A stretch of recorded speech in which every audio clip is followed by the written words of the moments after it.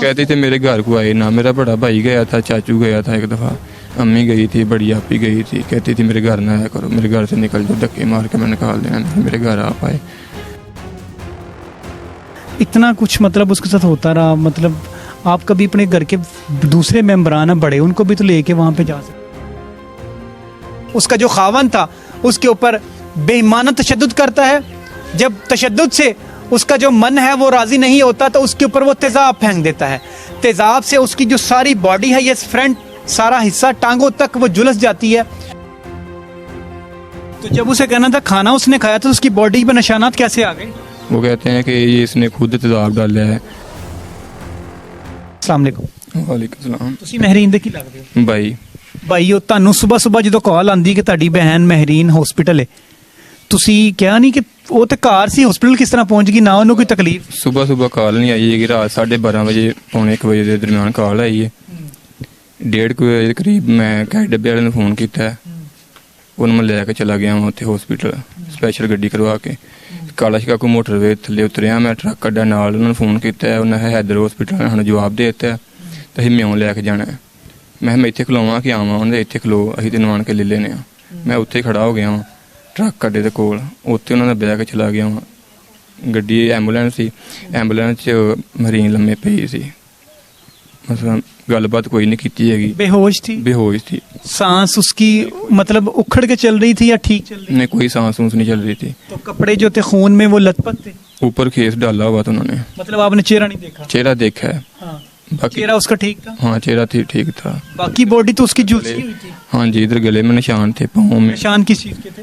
निशान तेजाब के थे शायद। मतलब बॉडी झुलसी हुई थी? हाँ जी, हाँ जी। आपने उसे देख के गुस्सा नहीं आया कि ये क्या किया मेरी बहन? हॉस्पिटल ले गया हूँ, हॉस्पिटल में हूँ, जाकर उधर मैंने चेकअप करवाया तो उन्होंने भी ना दिल की ECG की है, तो BP लो और शुगर लो है। उन्होंने बोला है कि 5% चांस हैं बस।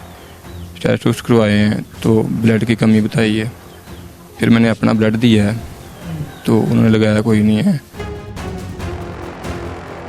गड़ी वार्ड में भेजा है, वो वेंटिलेटर कमरा बेड चाहिए, मैं टावर वार्ड में भेजा, 3-4 चक्कर लगाए हैं मैंने। तो जब उधर कमरा मिला तो उतनी देर में वो दम तोड़ गई थी। जब उसने बोला कि ये सिर्फ 5% चांसेस हैं, आपने उसके जो खावन था, उसकी फैमिली के मेंबर थे, उनसे पूछा नहीं कि क्या किया मेरी बहन के साथ? पूछा है मैंने, कहते हैं अभी इसने रात को खाना खाया है तो उसके बाद इसको कुछ बना है, उससे पहले ये ठीक थी। हम इधर तहसील हेडक्वार्टर लेकर गए हैं तो रात को उधर से पता चला है कि वो गए हैं, तो उधर उन्होंने वापस भेज दिया है कि ये मर गई हुई है, जिंदा नहीं है। मतलब हमसे मतलब काम ओवर है, आप किसी और जगह ले जाएं। वो ऐसी बातें करते थे तो आपको यकीन आता था? नहीं, मुझे नहीं यकीन है। आपकी बहन ऐसा कर सकती थी? नहीं। साल में तकरीबन मैं 1000 मरतबा चक्कर लगाया मैंने, लेने गए हैं उसको। जब के घर में? हाँ जी, जब भी गया हूँ तो कहती मेरे घर ना आया करो, अम्मी को ना लेकर आना। शबरात लेकर गया हूँ, मराज शरीफ ये वो, तो वो कहती मैंने बाहर फेंक देना अब अगर तुम लेकर आए। तो अम्मी के साथ झगड़ती थी कि मेरे घर ना आया करे। मैंने कॉल करनी, चले बात ही कर लो, नहीं मैंने बात नहीं करनी। बड़ी बहनों को गालियाँ निकालती थी, पता नहीं उन्होंने कैसे मनाजर थे, क्या था क्या नहीं।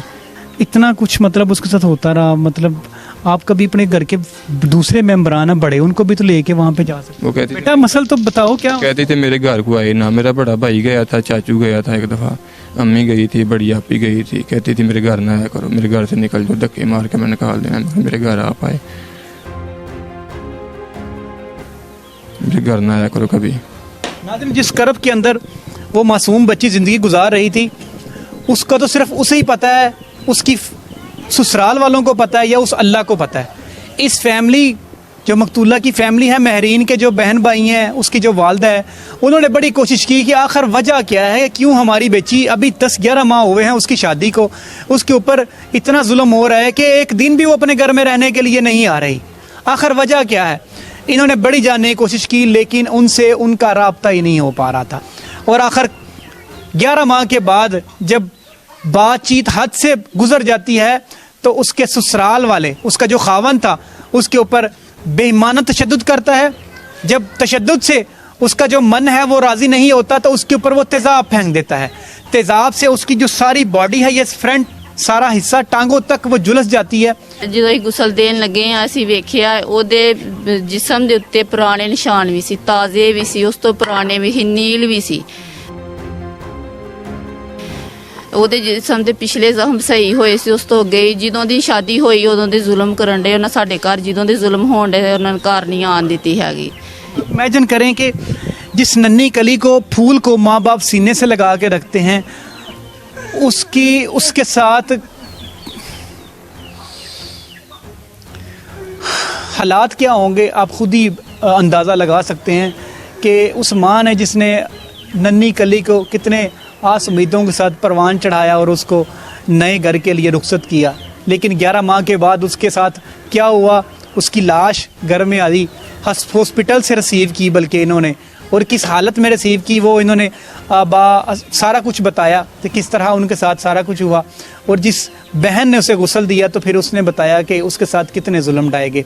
अब ये पुलिस की तरफ देख रहे हैं, इंसाफ मांग रहे हैं, DPO शेखुपुरा से फरियाद करते हैं, RPO शेखुपुरा से फरियाद करते हैं, चीफ मिनिस्टर पंजाब मरियम नवाज साहिबा से इंसाफ की अपील करते हैं, वो भी तो एक खातून है, उनसे अपील कर रहे हैं कि हमारी बेटी को इंसाफ दिया जाए। जबकि उनकी बच्ची तो चली गई है मन मट्टी के नीचे, जो पूरे जुल्म उसके ऊपर ढाए गए 11 माह में, उसने वो किसी को नहीं बताए, लेकिन पोस्टमार्टम की जो रिपोर्ट है वो चीख चीख कर बता रही है कि उसकी मौत किस वजह से हुई है, उसको मारने के पीछे क्या क्या मुहर्रकात शामिल थे, जो तेजाब डाला गया था उसकी बॉडी में, उसकी बॉडी के ऊपर कितने % वो झुलस गई थी कि हॉस्पिटल जाते ही डॉक्टर्स ने कह दिया कि सिर्फ 5% चांसेस हैं इसके जिंदा होने के, 95% ये डेड हो चुकी हुई है। अब इमेजिन करें कि उस बच्ची के ऊपर, जिंदा बच्ची के ऊपर जानवरों जैसा जब सलूक किया गया तो उस कितनी अजियत के अंदर वो अपनी जान निकल रही होगी उसकी। वो तो सिर्फ एक जिसके साथ ये बीत रही है वही बता सकता है, या वो अल्लाह बता सकता है। अब ये सिर्फ एक ही उम्मीद लगाए बैठे हैं कि इन्हें इंसाफ मिलेगा और इनकी बच्ची पे जुल्म करने वाले जो लोग थे वो कैफरे करदार तक पहुंचेंगे।